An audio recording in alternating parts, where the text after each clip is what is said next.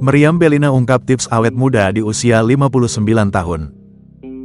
Artis senior Meriam Bellina mengungkap tips agar tetap awet muda walau dirinya sudah menginjak usia 59 tahun.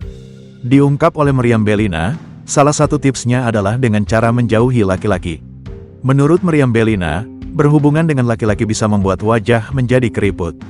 Tips untuk awet muda apa? Ujar salah seorang perempuan yang berada di sebelah Meriam Bellina, dikutip pada Selasa, tanggal 14 Mei tahun 2024. Wanita yang sempat diisukan dekat dengan Hotman Paris ini menyebut bahwa berhubungan dengan laki-laki menjadi penyebab kulit bisa keriput.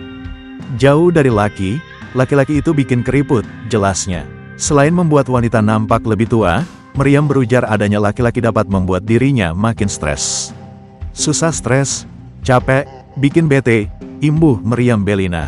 Potongan video tersebut sontak ramai banjir komentar netizen.